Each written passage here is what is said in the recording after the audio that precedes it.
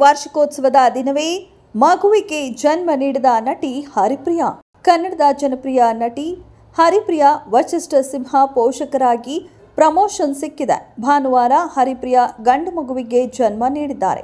ಹರಿಪ್ರಿಯಾ ಅವರ ಪತಿ ನಟ ವಸಿಷ್ಠ ಸಿಂಹ ಅವರು ಈ ಸಂತಸದ ಸುದ್ದಿಯನ್ನ ಸಾಮಾಜಿಕ ಜಾಲತಾಣಗಳ ಮೂಲಕ ಎಲ್ಲರೊಂದಿಗೆ ಹಂಚಿಕೊಂಡಿದ್ದಾರೆ.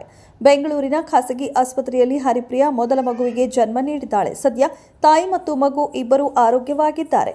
ನಮ್ಮ ಜೀವನದಲ್ಲಿ ಹೊಸ ಅಧ್ಯಾಯ ಆರಂಭವಾಗಿದೆ ಎಂದು ವಸಿಷ್ಠ ಸಿಂಹ ಭಾವುಕರಾದರು. ಪೋಷಕರಾಗಿ ಬಡ್ತಿ ಪಡೆದಿರುವ ಹರಿಪ್ರಿಯಾ ವಸಿಷ್ಠ ದಂಪತಿಗೆ ಕುಟುಂಬಸ್ಥರು, ಬಂಧುಗಳು, ಚಿತ್ರರಂಗದ ಗಣ್ಯರು, ಅಭಿಮಾನಿಗಳು, ನೆಟ್ಟಿಗರು ಅಭಿನಂದನೆ ಸಲ್ಲಿಸಿ ಶುಭ ಹಾರೈಸಿದ್ದಾರೆ.